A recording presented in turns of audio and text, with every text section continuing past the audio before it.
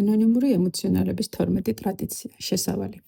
ანონიმური ემოციონალების 12 ტრადიცია მომდინარეობს ანონიმური ალკოჰოლიკების ტრადიციებიდან. ანონიმური ალკოჰოლიკების ერთობამ ეს ტრადიციები პირველად 1946 წელს გამოაქვეყნა სახელწოდებით 12 პუნქტი ჩვენი მომავლის უზრუნველსაყოფად. ის ანონიმური ალკოჰოლიკების ერთ-ერთმა დამფუძნებელმა ბილ ვუმ შეადგინა ჯგუფებისთვის გზამკვლევად, მათი ერთობის შენარჩუნებისა და გაძლიერების მიზნით. ბილ ვუმ ეს შეიმუშავა ქვეყნის სხვადასხვა კუთხიდან მოზღვავებული მრავალრიცხოვანი წერილის პასუხად, რომლებშიც ჯგუფების წინაშე არსებული გამოწვევები და სირთულეები იყო აღწერილი. ცვლილებები, რომელიც მასში ანონიმური ემოციონალების ერთობამ შეიტანა, იყო ანონიმური ალკოჰოლიკების და AA აბრევიატურის შესაბამისად ანონიმური ემოციონალების EA აბრევიატურის ჩანაცვლება. მესამე ტრადიციაში სმის შეწყვეტა ჩანაცვლდა ემოციური გამოჯამრთელებით. მეხუთე ტრადიციაში ალკოჰოლიკი, რომელიც ჯერ კიდევ იტანჯება, ჩანაცვლდა როგორც ადამიანი, რომელიც ჯერ კიდევ იტანჯება ემოციური სიძნელების გამო.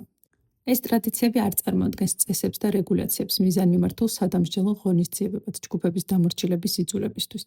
პირიქით, ეს პრინციპები დაფუძნებულია ანონიმური ალკოჰოლიკების წარსულ, წარმატებულ და წარუმატებელ გამოცდილებებზე. ისინი მიზნად ისახავს ჯგუფების მუშაობის გამარტივებას, გადაწყვეტილებების მიღების პროცესში დახმარებას, ძალაუფლებისთვის ბრძოლის პრეცედენტების აღმოფხვრას და ფინანსურ საკითხებთან დაკავშირებული პრობლემების თავიდან აცილებას, ასევე 12 ნაბიჯის ორგანიზაციის არსებობის და ზრდის უზრუნველყოფას. თუ პრობლემის წინაშე ყოფნისას მისი არსებობის შემთხვევაში ჯგუფები იხელმძღვანელებენ ტრადიციებით, ისინი იპოვნიან კიდეც მათი გადაჭრის გზებს. ჯგუფებს პრობლემები წარმოეშვებათ, თუ გვერდზაულიან ტრადიციების დაცვას. ტრადიციები გვიცავს ჩვენი ყველაზე უარესი მტვრისგან, საკუთარი თავისგან და ჩვენი ხასიათის დეფექტებისგან. როგორც ანონიმური ემოციონალების წევრები საკუთარ თავსა და ჯგუფებს დიდ სამსახურს გაუწევთ ტრადიციების საფუძვლიანად გაცნობით. ჩვენს პასუხისმგებლობას წარმოადგენს დავიცვათ ეს ტრადიციები და დავუსვათ კითხვების სხვებს, მაშინ როცა ისინი არ იცავენ მათ. თუმცა ფრთხილად უნდა ვიყოთ ჩვენს პირად განწყობებსა და მორალზე მორგების მიზნით არ შევცვალოთ ტრადიციები. ამავდროულად თუ დგავართ გამოწვევის წინაშე, გამოვიყენოთ ეს ტრადიციები ამ მუდმივად ცვალებად სამყაროში და თან ჩვენი ინტერპრეტაციები არ დარჩეს ისეთი მოძველებული, რომ რეალურად შეაფერხოს ჩვენი თანამეგობრობის ზრდა. პირველი ტრადიცია. ჩვენი საერთო კეთილდღეობა უპირველესი საზრუნავია. პირადი გამოჯამრთველება დამოკიდებულია ანონიმური ემოციონალების ერთობაზე.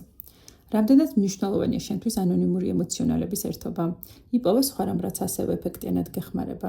შეგიძლია ამ პროგრამის მთლიანად საკუთარ ძალებზე დაყრდნობით დამოუკიდებლად გავლა? უმეტესობა ჩვენგანმა აღმოაჩინა, რომ პროგრამაში ზრდისთვის გვჭირდება მოусმინოთ და გაუზიაროთ სხვებს, რომლებიც ჩვენთან ერთად საერთო მიზნის მისაღწევად მუშაობენ. ამისთვის გვჭირდება შეხვედრები და გამოჯამრთელების მიზნით მასზე დამსწრე ადამიანები.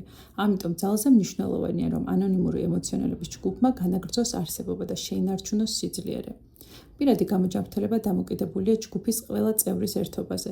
ჩვენი წევრების მრავალფეროვნების გათვალისწინებით იქნება ეს ასაკობრივი, რასობრივი, ნაციონალური, რელიგიური, განათლების, შემოსავლის, დონის, პოლიტიკური შეხედულებების, ღირებულებების და სხვა განსხვავებების ფონზე ერთობის მიღწევა ზოგჯერ შესაძლოა რთული იყოს. ერთად მუშაობა მოითხოვს სათყოფნას, მოусმინოს სხვების იდეებს გახსნილი გონებით. მიუხედავად იმისა, რომ შეგვიძლია თავისუფლად გავაჟღეროთ ჩვენი შეხედულებები, არ უნდა დავიჟინოთ, რომ ისინი ყოველთვის მიღებულ იქნეს. ჩვენ უნდა ვიყოთ მზად, მივყვეთ ჯგუფის უმრავლესობის გადაწყვეტილებებს, რაც გვაძლევს იმის შესაძლებლობას, რომ გავავარჯიშოთ მიმღებლობის დონე და თავმდაბლობა. შეგვიძლია ვისწავლოთ, თუ როგორ გაუშვათ ხელი ჩვენს ეგოცენტრიზმსა და სიჯილდეს. შეგვიძლია გამოვიყენოთ მეოთხე კონცეფცია. ჩვენ არ გავსჯით, არ ვაკრიტიკებთ, არ ვკამათობთ და არ გავცემთ რჩევებს პირად და ოჯახურ საკითხებზე. ჯგუფის მიერ ყოველი გადაწყვეტილების მიღებისას უნდა ვკითხოთ საკუთარ თავს. თუ ჩვენი ჯგუფი ამას გააკეთებს, მოახდენს კი ეს რაიმე გავლენას მთლიანობაში ანონიმურ ემოციონალების ერთობაზე? რაიმე საკითხი ხომ არ შეასუსტებს ან დააზიანებს ერთობას? როდესაც ვამბობთ ანონიმურ ემოციონალებს, როგორც ერთიანს, ვგულისხმობთ თანამეგობრობის ყველა ჯგუფს, როგორც ჩვენს რეგიონში, ასევე მთელს მსოფლიოში.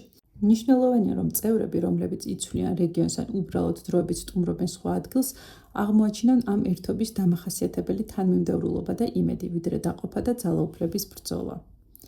ეს არ ნიშნავს, რომ ანონიმური ემოციონალების პროგრამაში ინდივიდი არ არის მნიშვნელოვანი. ის ორგანიზაციის ცენტრს წარმოადგენს, თუმცა ჯგუფი მრავალი ადამიანისგან შედგება. თითოეული ადამიანის იდეა და წინადადება გათვალისწინებულია, მაგრამ გადაწყვეტილებები უნდა ეყრდნობოდეს ანონიმური ემოციონალების საერთო კეთილდღეობისა და ერთობისთვის საუკეთესო ვარიანტს. მესამე კონცეფცია შეგვახსენებს, რომ მიზანია სიყვარულისა და მიმღებლობის ატმოსფეროს შექმნა. პირველი ტრადიცია აცხადეს, რომ ჩვენი ტრადიციების მიზანია ანონიმური ემოციონალების ერთობის შენარჩუნება, ხოლო მომდევნო ტრადიციები გვაწვდის დამატებით გზამკვლევებს იმის შესახებ, თუ როგორ შევინარჩუნოთ ეს ერთობა. კითხვები, რომლებიც შეიძლება საკუთარ თავს დავუსვო. პირველი, ჩემს ჯგუფში მიმღები და არაგამსჯელი ვარ, თუ დაყოფის გამომწვევი და მაკონტროლებელი. მეორე, ხელს უწყობ მშვიდობიან განხილვას თუ არგუმენტებს მხოლოდ კამათისთვის ვაჟღერებ. მესამე, ვარ შემწყნარებელი ჩემგან განსხვავებულების მიმართ, ყველას პატივისცემით ვეპყრობი თუ დამაზიანებელი და უხეში ვარ. მეოთხე, ვაკრიტიკებ ანონიმური ემოციონალების პროგრამის შემადგენელ ნაწილებს, რადგან ჯერ არ ვარ მზად მათი გაგებისა და მათზე მუშაობისთვის. მეხუთე, ვიცნობ ანონიმურ ემოციონალებს ყველა დონეზე, იქნება ეს ჩემი ჯგუფის, ჯგუფთა შორის მომსახურების ცენტრის, სამეურვეო საბჭოს თუ წესდების დონეზე. ვიღებ მონაწილეობას აქტივობებში, რომლის დროსაც შეგვიძლია ანონიმური ემოციონალების საკითხებზე კითხვა, განხილვა და ხმის მიცემა.